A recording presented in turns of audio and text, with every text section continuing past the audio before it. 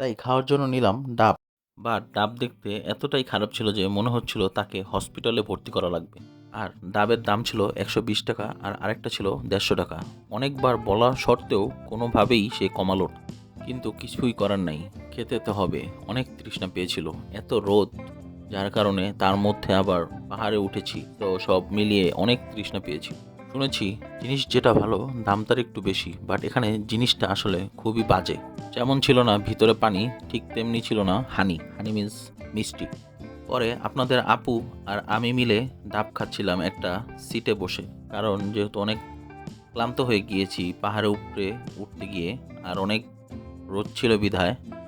So কি আর করার, পরে শ্বাস খুলে খাচ্ছিলাম। পরে একদম উপরে উঠে আইসক্রিম কিনি, আর আইসক্রিমের দামটাও অনেক বেশি ছিল। উপরে উঠে তেমন কিছুই ছিল না, জাস্ট একটু ভিউটা ছিল, দ্যাটস ইট। পাহাড়ের উপরে উঠাটাই বৃথা। সো আবারও নেমে গেলাম তাড়াতাড়ি করে। পাহাড়ে উঠতে গেলে যতটা না কষ্ট হয়েছে, নামতে গেলে তার থেকেও অনেক ইজি হয়েছে। পরে নিচে নেমে আশেপাশের মার্কেটগুলো বা দোকানগুলো দেখছিলাম, আর এখানে আমি 5 রকমের ফ্রুটস নিয়েছিলাম, যার দাম ছিল 50 টাকা। ডিফারেন্ট ডিফারেন্ট ফ্লেভার ছিল।